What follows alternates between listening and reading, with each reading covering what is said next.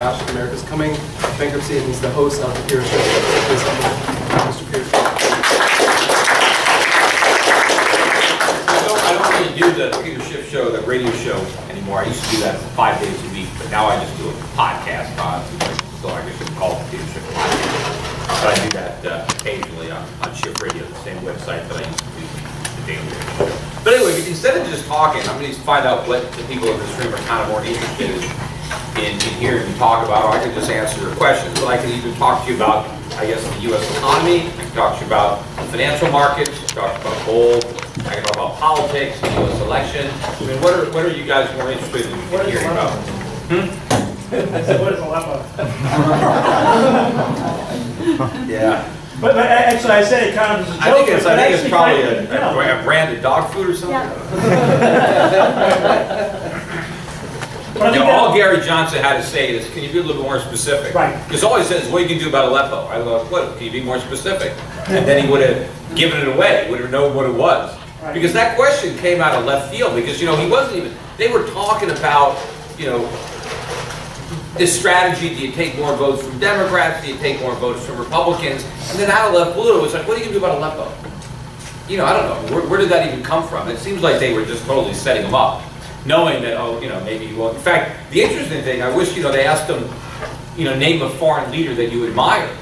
And the answer, well, I don't admire anyone. Right. and that's what he's trying to say now, because it made it look like he couldn't even think of a foreign leader. I mean, the other, I guess, what was this, the vice president guy goes, Merkel. Yeah, who doesn't know who Merkel is? Well, what do you admire about Merkel? But, Angela Merkel. Like, yeah, I know one, But, yeah, unfortunately, this really should have been the year for the Libertarian Party. It really should have been.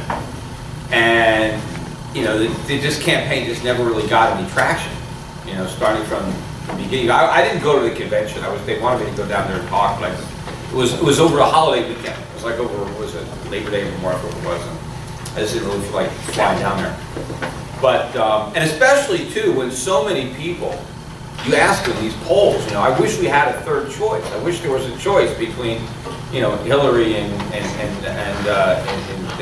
Trump.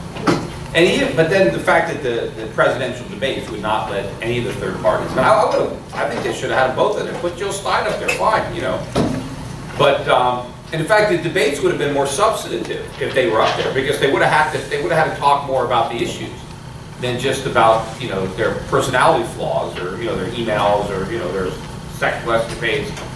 But the fact that so many people wanted a third alternative, yet the presidential debate still refused to allow them because they couldn't meet this arbitrary 15%. When what's his name? Who's that? Perot. When Perot ran, he was polling lower than Gary Johnson going into the first debate. It was the debate that catapulted him. And it's not like he even did that good, about his take my grandmother out in the car, I'm going to get under the trunk, I'm going to fix the debt, and he got a lot of votes. I think just being in the debates legitimizes you. Because I think a lot of other people, when they get a poll and they see these other candidates, they're like, what are these names even doing here? Like, what is it? Some kind of, they probably don't even realize that they're actually viable. Because, well, if this was a real candidate, why isn't he in the debate? The debate kind of narrows it. In fact, there wasn't even a question in the debate about third-party candidates, or nobody even brought up their names. So they didn't even want people to realize that there were people that were being excluded. I actually thought Trump should have brought it up, because I think when the third-party candidates are in the race, I think Trump ends up going up a little bit. I think he ends up, because Jill Stein only takes votes from Hillary, right? No, he's not. Trump isn't going to lose a vote to Jill Stein. Only Hillary is going to lose votes from Jill Stein. And then Gary Johnson is just kind of pulling. Even actually a little bit more from Hillary. Because Trump, this is one interesting thing about it. See, the Trump supporters are much more loyal and much more enthusiastic about Trump, because they actually think that his presidency could make a difference. I mean, they might be right, but maybe they're not. But like when Obama ran for office 8 years ago, there was a lot of enthusiasm, because people actually believed that just putting like a black man in office was going to be different. Like, oh, all these white presidents have screwed everything up. Let's just put this black guy in there. Especially in the black community. I mean, if you remember some of the interviews that they had. It was, oh, once Obama, my troubles are over. I never have anything to worry about. Right? People actually believed that. They were enthusiastic about it. There's no more enthusiasm. There's no enthusiasm for Hillary Clinton. Right? I mean, if things got so much worse for blacks under Obama's administration, what hope do they have in Hillary? I mean, if Obama couldn't do anything, where is Hillary going to succeed where he failed? So there's no enthusiasm for her candidacy. But I think you have a lot of people that actually think that the Trump candidacy could be a game changer, because he's obviously different than anybody else that occupied the White House. And so maybe this has changed. Maybe there's a chance. That's why I think a lot of the, if you look at some of the consumer confidence numbers, they had been rising. And I think they were rising because a lot of Trump voters were confident. They actually thought that he could make America great again. And now that Trump is falling in the polls, you can see we had the biggest drop in consumer confidence in 11 months, the most recent numbers. I think that has to do with the diminishing prospects of Trump winning.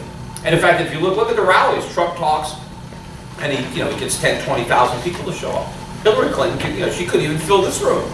If Hillary was here right now at a rally, you'd have fewer people than this. Right? So there's no enthusiasm there. It's just people are voting. But I think the thing about politics or the election is it really confirms how bad the economy is. That's why Donald Trump won, because there's so many Republicans who understand that the economy is screwed up, and they don't think another typical Republican is going to do anything about it, because they lived through Bush, and things were bad under Bush, and then they just continued to get worse under Obama. And the fact that Bernie Sanders, a Jewish socialist, right, from New York, could get so many votes, all over the country. A New York Jew socialist admitted he's a socialist, and he got all these. He would have beat Hillary Clinton if it wasn't for the black vote. The blacks just voted for Hillary just because of Clinton name. But if it wasn't for that, she would have lost. And if those WikiLeaks would have come out about her Wall Street speeches, with the text of those speeches, she'd have lost. But the reason that Bernie was so popular is because the economy is that bad. In fact, I thought one of the interesting WikiLeaks that from Donna Brazil to Podesta that nobody even talks about. And Donna Brazil is one of the big cheerleaders for Obama. Every time like a jobs report comes out, she's tweeting about how great it is. Like, oh, this is a great success. Obama's creating this great economy, creating all these jobs. Yet in this private email, she's emailing about how awful things are, how people are telling her that they're miserable, that they have no hope, because there's so much despair out there. She says, yes, we're creating jobs, but they suck. Right? They're low wage, they're part-time, and meanwhile, half of their income has to go to their rent, and the rents keep going up. So privately, she's just like Hillary Clinton. She has a private position, and she has a public position, which of course shouldn't have been news, because every politician has a private position and a public position. They just don't get caught admitting it. That's the problem is Hillary Clinton got outed because she said it in actual conversation with a lot of people. It wasn't like in private. She was speaking in Goldman Sachs, so there are a lot of people in that room. But I think it was interesting that she realizes how bad the economy is. Everybody, Obama wants to pretend that the U.S. economy has recovered. In fact, when Hillary, in the debates with Trump, she'll say, well, we don't want to go back to the failed policies of the Bush administration. Like Trump is trying to take us back to those failed policies. What do you mean take us back? We never left those failed policies. Those failed policies were continued under Obama. They were just expanded. We just took the same bad policies and just made them worse because we made them bigger. That's all Obama did. I mean, but government grew under Bush, and then it just grew faster under Obama. And the Federal Reserve did the exact same thing under both terms. Right? What did the Fed do under Bush? They inflated a housing bubble to cover up the bursted dot-com bubble that Bush inherited from Clinton. Well, what did the Fed do under Obama? They created an even bigger bubble to cover up the problems of the housing bubble that burst, when George Bush was leaving. Now, I think the Obama bubble is far bigger than anything that was inflated under Bush. It's just that it looks like this one is not going to burst until after he leaves office. So that is helpful to Hillary Clinton, because that's what helped Obama. What really elected Obama was Bush, because the economy collapsed under Bush, and it was like, okay, we just got to do something different. Right? Anybody probably could have won against Bush. So when do you think that this bubble is going to burst during the Clinton term? Yeah, well, probably, yeah, I think Obama's going to get out of Dodge. I mean, there's no guarantee, but there's only a few months left. So the odds of this thing collapsing in the next few months are probably slim. Do you think it's maybe advantageous if the libertarians may not get elected and get stuck holding the bag? No, that's not advantageous. It would be great, of course, it'd be great if we got elected. Well, here's the thing. So, hey, you got libertarians in, and then you have a worse collapse outward, and it's like, those libertarians, look what they did. No, well, the thing is, the best thing that they got going, if they get 5% of the vote, at least they get matching funds 4 years from now. So they're polling over 5% now. So that's one of the reasons to vote for Johnson is, you know, so that the next guy who runs, which won't be Gary Johnson, this is his last shot, he said. But at least whoever runs in 4 years will have some money. But I think that this bubble is much bigger because look at all of the air that has been, you know, blown into it, right? Because the last bubble, the housing bubble, what did it take to inflate that bubble? It took 1% interest rates, and the Fed left them there for, I don't know, maybe a year and a half, and then it immediately started to raise them back up, only it did a quarter point every time they met, right? Well, what has the Fed done? The Fed went not to 1, the Fed went to 0. And this time, you know, and then they left them there for 6, 7 years. And now they finally started to raise rates, and they're not doing a quarter point a meeting, they're doing a quarter point a year. I mean, this is far more slow than what they, in fact, if they raise rates in December, which the jury's still out, I still don't think they're going to do it. But even if they do, that's it, they're done, that's the end of it. And then they're going to start cutting again. They're already preparing that, they're already saying, look, you know, we're going to leave rates low for indefinitely for years and years and years. And we had quantitative easing, we had 3 rounds of QE. I mean, the Fed didn't do any of that to inflate the housing bubble. And so the bubbles are created by all the cheap money. And the cheaper the money is, and the longer, the more mistakes that get made, right? So we have so many more mistakes that have been built into the economy now. The economy is much more screwed up today than it was in 2007, 2008. So when this bubble bursts, the consequences are going to be far more horrific. And I think the Fed understands this, and that's why they're not raising rates. That's why they haven't shrunk the balance sheet. You know, they talked about shrinking the balance sheet years ago. In fact, when Ben Bernanke first did QE1, he went to Congress and he was actually questioned about, hey, you know, you're monetizing the debt. This is not good. And Ben Bernanke said, no, we're not monetizing the debt. What are you talking about? Monetizing the debt is when a central bank becomes a permanent source of funding for the government. We're just buying these bonds temporarily. It's an emergency, and as soon as the emergency is over, we're going to liquidate the bonds. Now, at the time, I said he was lying. I said, that's impossible. There's no way they're going to liquidate these bonds because no one will buy them. I said, once they go in, I said, that's the end of it. They can never stop. And here we are, 7, 8 years later, they haven't sold a single bond. And not only haven't they not sold any bonds, every time they get interest, they reinvest it in more bonds. Anytime a bond matures, they just buy another one. And so the Fed is doing this for a reason. They haven't raised interest rates for a reason. They keep talking about raising rates because they have to talk about it, because they can't do it. But by talking about it, they create the illusion or the impression that the economy is actually strong enough for higher rates, but then they don't raise rates and prove that it's not. So this bubble is going to pop. I think what's going to happen is, after the election, assuming that Hillary wins, and again, it's not, look, the polls certainly look like Hillary's going to win, but we'll see. The polls said that they were going to vote against Brexit. So I don't know. I mean, depending on turnout, I mean, you know, people will say who they're going to vote for at a poll, but are Hillary Clinton supporters going to actually get to the poll? I don't know. I think Trump supporters are going to vote. I think they're going to make sure they vote. So I think his people will turn out, not because, you know, they get a call from a phone bank, because they actually believe that this is their one shot. They know things are lousy. They have a part-time job or 3 part-time jobs. They have no savings. They're drowning in debt. And this is a guy saying he'll make America great again. Hillary Clinton keeps saying, well, America is great. Well, the voters know it's not. They don't buy that. So we don't know. And there could be, too, a lot of people could be embarrassed to admit they're going to vote for Trump. Because what are you, racist? What are you, sexist? You know, so in private, they might vote for him. And I bet there's a lot of people who actually believe that electing Trump is going to create a disaster, and they want to see it. It's like, okay, things are going to be that bad? Yeah, I mean, it's good entertainment. I I mean, Trump was saying to black voters, hey, why don't vote for me? What do you got to lose? Yeah, what do you got to lose? Nothing. I got nothing. So I got nothing to lose. And there are people that just, you know, there are people that just like to see, look, when people, there was an accident on the road, everybody's looking at an accident. Right? You ever go to the movies and you start rooting for the bad guy? Right? Right? So it's, for a lot of people, it's just theater. It's just entertainment. I mean, the Donald Trump presidency would be much more entertaining to watch than Hillary. I'm sure all the comics are probably going to vote for Trump. So we'll see. But assuming that it's Hillary, and if Hillary wins, I think that right now there's a lot of pressure on the Fed to talk about how great the economy is. Because Hillary is running on, hey, the economy is good now and we want to continue it.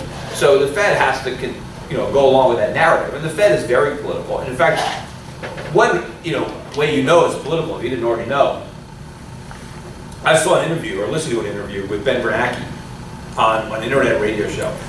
And this guy goes to Ben Bernanke, and he plays him some clips of Ben Bernanke in 2005, when he's talking about how there's no housing bubble, and everything is great, and anybody who says there's a housing bubble is wrong, and there's nothing to worry about, and the economy is not. I mean, the worst, he couldn't have been more wrong. So the guy plays these clips, and then he says to Ben Bernanke, how do you feel when you listen to these clips now, right, knowing what happened? How do you feel? And then this was his answer. He said, well, I couldn't exactly be honest at the time because, I was speaking as a member of the administration. And I'm like, what? You weren't a member of the administration. You were the chair of the Fed. But in his mind, he was part of the Bush administration. And he admitted that I couldn't exactly say that, everything was going to fall apart. So if he admitted that he was just spinning for Bush, then why wouldn't Yellen be shilling for Obama? All right, that's what they're doing. They always want to help re-elect the incumbent. So I think once this election is over, then the Fed no longer has to pretend that everything is great. Because, the election's over. Now they can acknowledge, oh, you know what? The economy is not as strong as we thought. Things have happened that we didn't foresee, and it's just an unexpected weakness. We'll blame it on, something happening overseas. And then they can start cutting rates again, because they don't want to come to the aid of the economy now, because they want to pretend it doesn't need their help. But I think after the election, and of course Hillary Clinton, you got a lot of problems. Right? What's going to happen after the election? You've got Obamacare premiums are set to rise by about 25% at the beginning of the year. That's a pretty big number. On top of all the other problems that people have, they're going to have to be spending all that extra money for their insurance. But and then more, as more of the minimum wage kicks in and more people start losing their jobs. I think there's a lot of people that have several part-time jobs now that they've hobbled together. That's really the secret of Obama job creation. Talk about, failing yet turning that into success. So Obama creates a program, Obamacare, which basically makes it so expensive to hire full-time workers that nobody will. Right? So you have all these companies now that used to have full-time workers that now have a completely part-time workforce. Because that's the way you get out of Obamacare, is to have part-time workers instead of full-time workers. But if you're going to have a business where all you employ are part-time people, by definition you're going to have more people. Because each one is working fewer hours, so you've got to hire more people. So if I fire a full-time worker and I hire 2 part-time workers to replace them, Obama takes credit for the extra job. Hey, I just created a job. Because, I lost 1, I gained 2, it's a net of 1. Because when they put the jobs numbers out every month, they just report the net. Right? They say how many jobs are created. They don't break it down between full-time jobs lost and part-time jobs gained. And in fact, one of the reasons there's so many jobs is because a lot of people have 2 and 3. Look at the number of people every month of multiple job holders. It keeps going up. And this is from statistics. If you have 3 part-time jobs, but the hours of all 3 add up to a full-time job, they get counted as 3 full-time jobs. That's how the government scores it, even though they're just 3 part-time jobs. So that's why incomes are falling. If you look at what's happened during the Obama recovery, this is the first recovery that's worse than the recession that we recovered from. And the average person did worse in the recovery than he did during the recession. If you look at the decline in average wages, if you look at the increase in household debt and the decline in their net worth.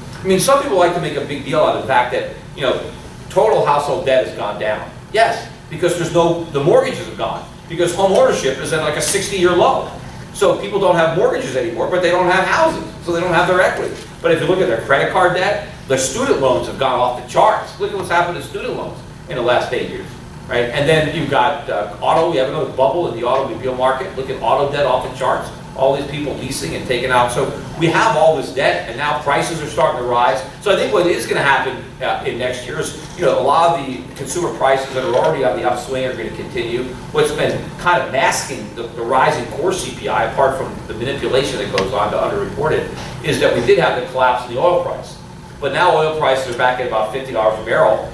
They started the year about 30. So if we're $50, $60 a barrel in January, we're almost got a doubling of the price of oil, and then the year-over-year numbers are going to start to look up. But I think you're going to start to see inflation coming up.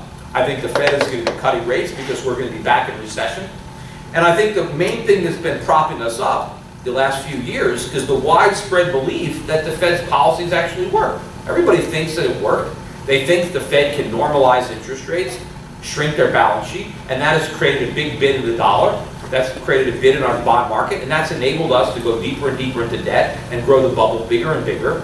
But I think when the Fed has to give up this pretense of tightening, and they have to acknowledge that we're back in recession, and now they got to cut rates, and now they're going negative. They've already talked about this. They're going to take rates negative. Because if they have to start cutting from 0.5%, normally when there's a recession, they do about 400 basis points of easing. But you don't have 400 basis points when you're starting at half a percent. So all you can do is go negative, and they've talked about it, and they're going to do QE4, and they've talked about expanding the QE to buy more stuff, buy more assets, corporate bonds, common stock.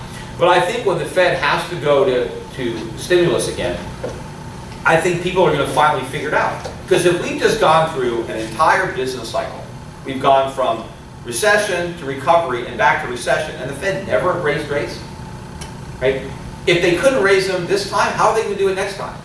Right? Because the reason they couldn't raise rates is because we had so much debt, we couldn't afford a rate hike. Well, if we couldn't afford a rate hike with a $20 trillion national debt, how are we going to afford it with a $30 trillion debt? If the Fed couldn't shrink a $4.5 billion balance sheet, how are they going to shrink a $6 or $7 or $8 trillion balance sheet? And and coming into this recession as weak as we are, because this recovery has been the weakest recovery in, I think, post-war America, the weakest one, despite the fact that we've had the most stimulus of any recovery. So despite massive amounts of so-called stimulus, this has been the weakest recovery we've ever had. And it's also one of the longest, by the way. They've kept it going. It's, I think, maybe like the third longest already, so it's already on borrowed time. So when we relapse back into recession, maybe in the first year of a Clinton presidency, and then the Fed has to cut and inflation starts running out of control. And of course the Fed was always saying, well, inflation is low, but if it ever gets up to 2%, then we'll do something about it. Well, that's all BS. They're not going to do anything about it. But people think they are. But when inflation gets to 3%, 4%, and they don't do anything, now they're initially going to talk about higher inflation as a good thing, right? Because they're already saying, like Janet Yellen was just quoted as saying, well, I think we can let the economy run hot for a while. Right? Just the Keynesians like to refer to the economy like it's a car. Like you can just step on the gas and step on the brake. And so if there's a lot of inflation, you got to step on the brake. But now she's saying, well, we can let it run hot. Because what she's doing is laying a foundation for allowing there to be higher inflation. Because they've already convinced everybody that inflation is good, right? That's the new thing. That we need inflation, that price stability is dangerous, and prices have to go up by at least 2%.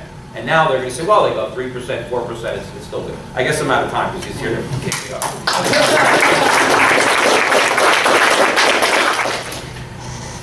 I just wanted to know what Mr. Schiff thought about the Affordable Care Act as far as its prospects with the premium increases coming on and people. Yeah, look, the whole thing is a perfect example of how government works. Because first of all, government was a problem in healthcare. Right? The reason that healthcare was so expensive was because of government involvement. Whenever government gets involved in something, whether it's education, whether it's housing, whether it's healthcare, the price always goes up. Before the government got involved with Medicare and Medicaid, people didn't have any problem. Doctors weren't expensive. I mean, my dad tells me, he grew up in a relatively poor family, 8 kids. His father was a carpenter, but when he got sick, his mother picked up the phone. The doctor showed up, came right to the house. I think nobody had a problem. Everybody got medical care. And my father sold insurance. He had his insurance agency in the 60s, and he had a major medical policy. And it was like $2 a month. That's all it cost. And I think he said that the cap, though, the most it would ever pay was like $5,000. And he said in all the years he had his practice, nobody ever hit the max. I mean, no matter what happened to you, no matter what, you couldn't even spend that much money. You know, you're in a hospital for a month. And of course, a lot of things, you know, if you got pregnant with it, you know, you just paid for it. Childbirth wasn't expensive. Government got involved in all this stuff and started subsidizing it and encouraging insurance, and then you had these moral hazards and third-party payers and all this kind of stuff. And so instead of recognizing that the problem was government, they said, oh, the solution is let's have even more government. And they always say, well, why is health care more expensive? They'll say, well, because it's more sophisticated, right? It's better. Well, wait a minute. Computers get better every year. Why don't they get more expensive? No, they always get cheaper. I mean, the free market makes stuff better and cheaper at the same time. Healthcare should be cheaper. I look at education. Can you imagine, why is it more expensive now to educate people when we have the internet? I mean, before you used to have a library. You don't even need books anymore. I mean, you can have one teacher. Education should be cheaper now than it was 50 years ago. Everything should be cheaper. They didn't even have photocopy machines back then. They had to do everything by hand. They did nothing. How could it be more expensive?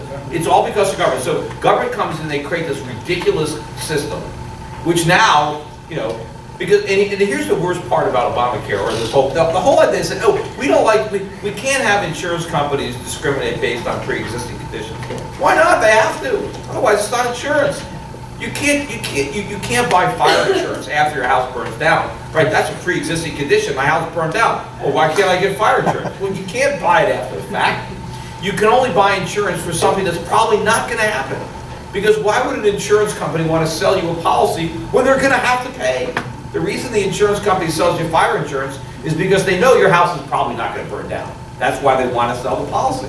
But obviously, if enough people buy it, somebody's house is going to burn down. So the whole idea that you can eliminate pre-existing conditions is nonsense from the beginning. You can't do that. And the reason that they said, well, people lose their insurance when they lose their job. Well, whose damn fault is that? It's the government that did that through the tax code. Nobody gets their automobile insurance from their employer. Nobody gets their life insurance from their employer, or their you know, insurance. Well, why do you get your health insurance through your employer? The government did that through the tax code. So now when you lose your job, you lose your insurance. That's part of the pre-existing condition. If somebody develops a condition and then they lose their job. So what we really need to do is get government completely out of health care. You know, let people buy their own health care. Stop, you know, turning employers into, you know, healthcare providers so they can concentrate on, you know, growing their businesses and not, you know, providing health care. Well, why should you acquire health care? Just because you hire somebody. And of course, I predicted as soon as they passed this that it was going to be a disaster. Because what happened is once they tell people that you can buy insurance after you get sick, well, now no one needs it anymore. No one's going to buy it. The only people that buy are the people who are already sick. That's why the insurance companies are losing a fortune. The premiums are skyrocketing because the healthy people aren't paying in. And the insurance companies have to keep paying out to the sick people who buy the policies. And in fact, the Supreme Court even knew that it wasn't going to work. And this was an irony, and I pointed this out when the Supreme Court handed down the decision. So the government challenged, or there was a challenge to Obamacare, and they said, look, this is unconstitutional because you can't have a penalty for not doing something. The government can't put a tax on, or a penalty for not buying insurance. And the Supreme Court said, look, the penalty is so low, it doesn't compel your behavior. They said if it was higher, then it would be unconstitutional. But because because the penalty is so low, and it doesn't actually force anybody to do anything, because you just pay the, you know, such a low thing, they said that it was constitutional. I thought it was a bad decision, but at least it showed the court knew that it wasn't going to work. Because it's much cheaper to pay the small penalty than to buy the overpriced insurance that you don't even need, because just wait till you get sick. You know, why would somebody in their 20s buy insurance for no reason, right? So the whole thing was going to fail. It's blowing up. Its costs are skyrocketing.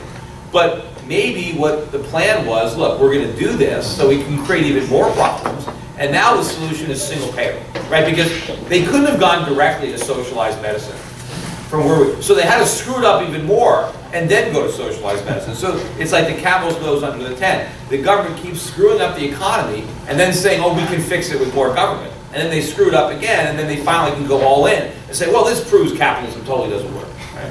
And so now we have to have, social, single payer, that's where we're headed, because nobody can survive in this industry. But Peter, I think you touched on it. Wait a second, we have a moderator. So, questions? Carry on. Mr. Schiff, I would like your opinion on a question that I had for a long time. Why is an Austrian school of economics more popular in the financial industry? I know why government likes bad economics, but why isn't Austrian school of economics popular in banks and such? Well, think about it, right? I mean, first of all these guys, one of the most lucrative things that Wall Street does is underwrite government bonds, right? And so they like cheap money, and they like to be embedded with government because it's free money when you can, buy these bonds and sell them to the Fed. Because the Fed can't buy bonds directly; they have to buy them in the market. They have to go through a dealer. But they have a tight relationship with government. Everybody wants special favors, so you want to have your economists that are going to be philosophically in line with the government that you're lobbying. A lot of these guys go from Wall Street to Harvard to government. They stay in this circle, and so in order to be in that circle, you have to be in that club. But Wall Street likes cheap money. They want it. Why should you actually have to earn it if you can just get it for nothing? They want asset bubbles. They want rising stock prices. They don't care about the underlying economy. So all this serves their purposes. Just like politicians believe in Keynesianism because it gets them votes. It allows them to be Santa Claus because it validates what they're doing. Oh, the economy is weak. Oh, we've got to give out money, right?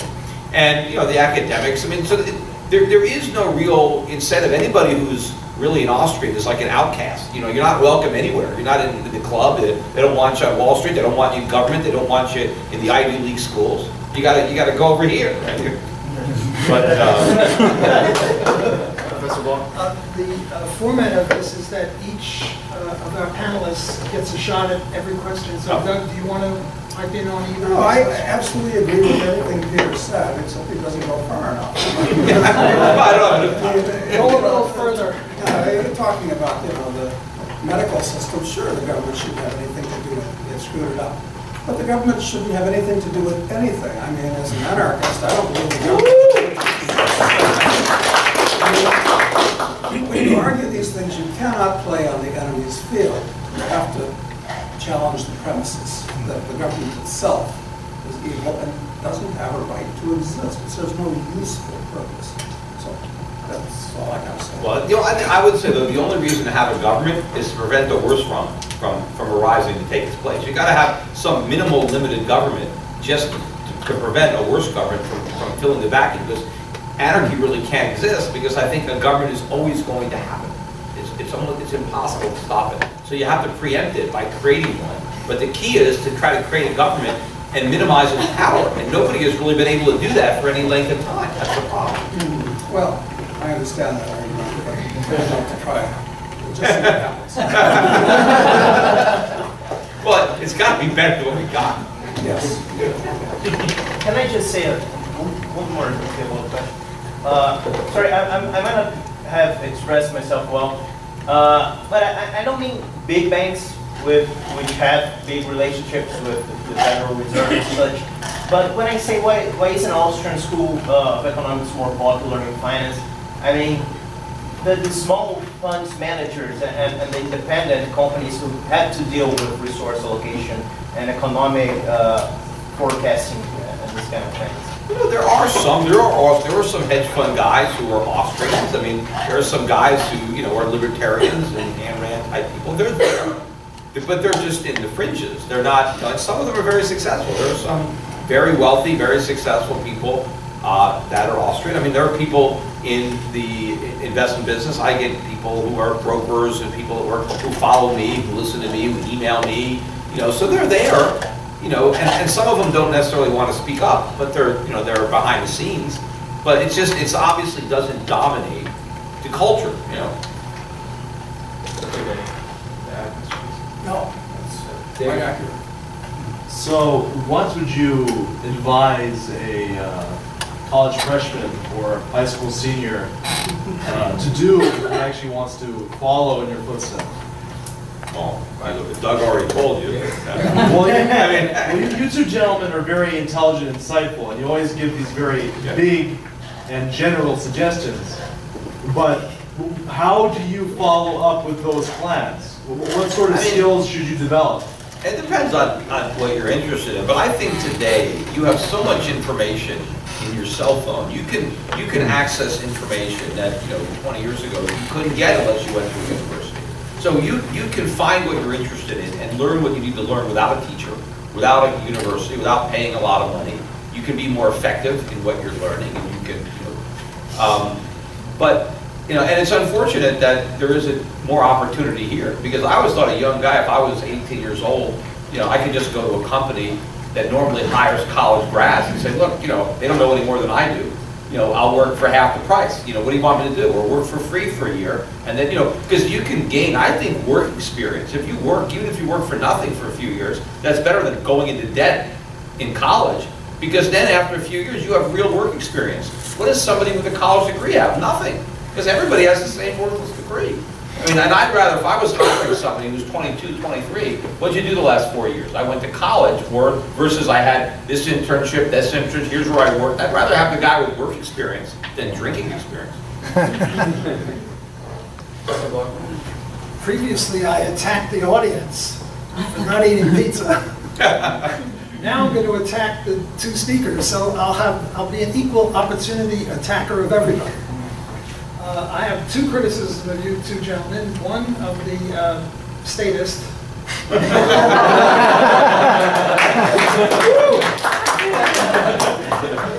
We do have anarchy right now between countries. The relationship of Canada and Chile is one of anarchy in the sense that there's no government above them. The relationship of the U.S. and Burundi is one of anarchy. So if you're really against anarchy, you have to favor, logically, world government, and most people don't favor world government. So that would be one argument against you. And now I'd like to criticize both of you on this bashing of college. I appreciate what Doug said about me as being a good teacher, and I appreciate that. My colleague Leo over here is also a devoted free market economist, as is my colleague Bill Barnett, as is my colleague John Levendis, and we have another 4 or 5 free market professors here, Bruning and Viator in the law school, and my colleague here, Nick Capaldi, who teaches business ethics. Now, I realize that this is a unique situation where there are 2 or 3 others in addition. We have almost 10 professors out of about 300, which means we have a majority of the intellectual firepower. The only reason you guys are invited here is because we have a free enterprise economics club, and we have a libertarian club as well. I imagine most universities would not invite the likes of you because you're too free enterprise, so you're biting the hand that feeds you. Look, right now, I spoke at Yale and Harvard, so I bet. Well, touche. I've been there myself, but that's another issue. I guess they want some skunk at the garden party.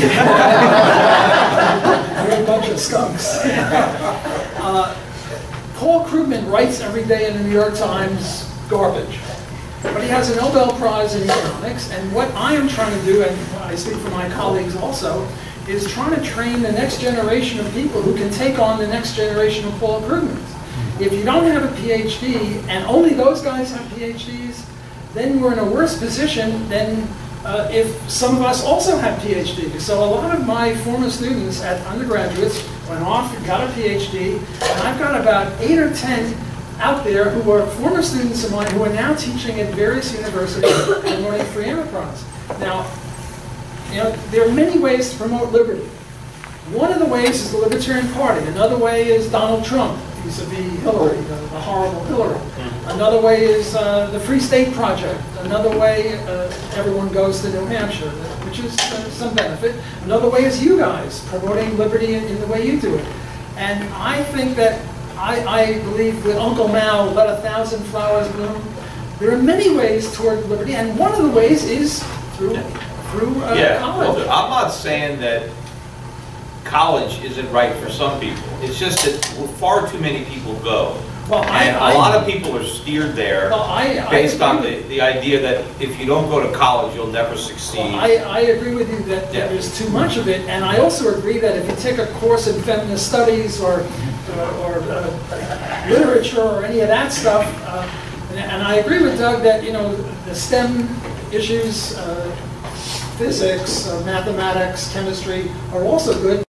Say that economics is also important as a way of promoting liberty. So I appreciate you coming here. I wouldn't have invited you for the second or third time if I didn't appreciate you, but I did feel that I had to make a claim that, you know, we're doing something good also. Not that everyone should go to college and get a PhD and become another college professor and promote liberty that way, but some people have to do that. Yes, Otherwise, no, we lose the intellectual battle. No, that is correct. I'm not trying to say that it isn't right for some people. We need professors. We need people. We need people to teach our children, and we need, you know. But we have now. I mean, I don't know how many people saw my. I was in the New Orleans conference 4 years ago, and I went out and I did a interview. I went up around Bourbon Street. And if you haven't seen it, go on in YouTube, Schiff College. And I went up Bourbon Street, and I just talked to everybody who I could find, who was, you know, a busboy, a barker, bouncer, you know, stripper, you know, whoever, you know, pedicab driver. And I said, you know, did you go to college? Yes, I did. What was your major? When did you graduate? How much do you owe? Everybody I talked to, doing all manner of menial jobs, went to college and had a degree. And, you know, I mean, what were they doing with the degree? Nothing. They were doing what they could have done straight out of high school. In fact, they didn't even need to go to high school. They could have done it out of junior high school. Right? But the point was, you know, we had all these people, everybody, going to college, getting into debt, and then the politicians want to make a big deal about how many Americans have college degrees. Who cares if they don't learn anything and if they don't mean anything? You see, a college degree would be far more valuable if fewer people had it. Right? And then a college degree would mean something, right? And yes, we want some people going to college, but if everybody goes to college, then what good is it if you got a degree? I mean, at one point, a high school degree was a big deal. Graduating from high school, oh, you made it, you graduated, you're a high school graduate.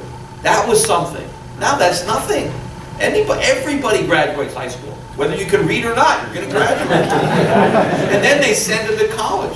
You know, they have remedial math. I bet they have remedial English. I mean, if you haven't mastered math, basic arithmetic, by the time you're in college, what are you doing in college? Obviously, you need to do something else. Academics is not your thing. But, you know, it doesn't matter. So, no, everybody has to go to college, no matter how dumb they are, they still have to go. Why? You know? So that's all my only point. It's just, and that's all government.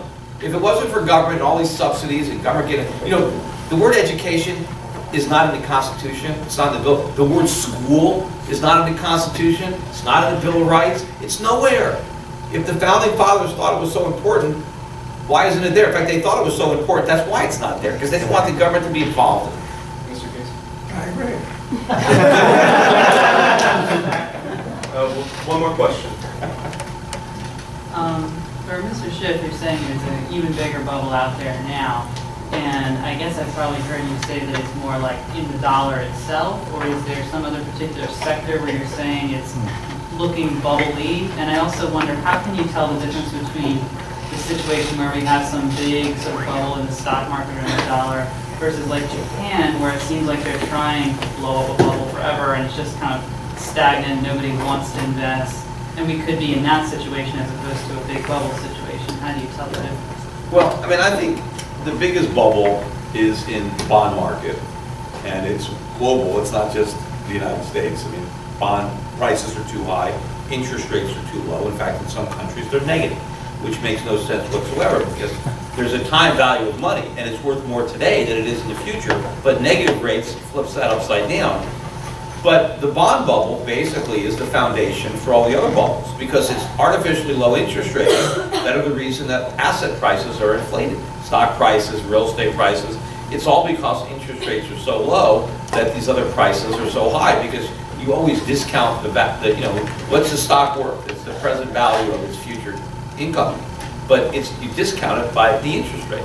And so these low interest rates are skewing everything. And then, of course, with money being debased, I mean, people want to buy, you know, art, they want to buy collectibles, rare cars, I mean, you name it. I mean, anything everything is going up in price, except maybe the one asset you think would be going up is gold, but like gold is actually going down relative to a lot of these other assets because people are just not choosing it, they're choosing these other assets to hide out in. But there's also a bubble in the dollar in that, you know, the dollar is overvalued versus other currencies, and that's about perception. But I do think that the dollar is going to be the first one to ultimately crack, because the way the Federal Reserve maintains the bond bubble is by creating dollars, because the Fed maintains low interest rates by buying up bonds. And to the extent that there are private buyers or foreign central banks that'll do their dirty work, then they don't have to do it. But to the extent that foreign central banks back away, to the extent that private speculators no longer want to gamble on treasuries, then the Fed will be the buyer of last resort, because the Fed can't let interest rates go up, because then everything collapses. Then the government has to default on its bonds, all the big banks fail, you know, depositors, everything collapses if interest rates go up. That's why they're at zero. And so I think in order to prop up all these other bubbles and prevent them from deflating, they will sacrifice the dollar, and then the dollar will crack first, but ultimately that will bring down the bond bubble and the rest of it. They can't maintain it indefinitely. Of course, the best thing that the Fed can do is let the bubble prick, because that's, the sooner we prick the bubble, the sooner we can start digging our way out of this hole. All we're doing now is digging it deeper, but a lot of it is just political, because nobody wants to acknowledge the problem or what needs to be done to solve it, so they want to keep the bubble going for as long as they can. Yeah, it's creating huge distortions and misallocations of capital in the marketplace. And when those things come to an end, it's going to result in bankruptcies and lots of unemployment and so forth. But it's even worse than that, because when you keep interest rates artificially low, it discourages people from saving. Now, why is that important? The only way that you can get wealthy as a society or as an individual is by producing more than you consume and saving the difference. But when you have negative or zero interest rates, certainly in real terms, forget about nominal terms, it discourages people from saving, and it encourages them to consume. So this is actually destructive of civilization itself, because in today's world, science and technology only advance with capital. And if you don't build capital through savings, you're going to bring down these basic structures. So it's very serious. You know, it's interesting, Alan, I saw Alan Greenspan interviewed on television, and he was asked about this new normal, this slow growth economy, and Greenspan was very correct. He said, look, it's not about a new normal. The reason we have no economic growth is because we have no capital investment. We have no productivity. We have no savings. And he said, this is the problem, right? A lack of savings, a lack of capital investment, a lack of productivity. That's why we're having slow growth. But then he completely exonerated the Fed. And so, well, the Fed didn't do it wrong. So wait a minute, why do we have no savings? Because of the Fed. And it's the Fed that's monetizing all the government debt. It's the Fed that's got interest rates at zero. How can you lament the fact that there's no savings, but then not castigate the Fed for having 0% rates? Because who's going to save when rates are zero? Who's going to save when the Fed is promising to destroy the value of whatever you happen to save? But Alan Greenspan doesn't want to criticize the Fed, because he is the Fed. He wrote this playbook that they're all following, and that they're just taking it to an extreme level. But they're just expanding on what Greenspan put in motion, because he was the architect of this policy. But just it has to get more and more extreme in order to keep this thing going. Thank you, Mr. Casey and Mr. Schiff.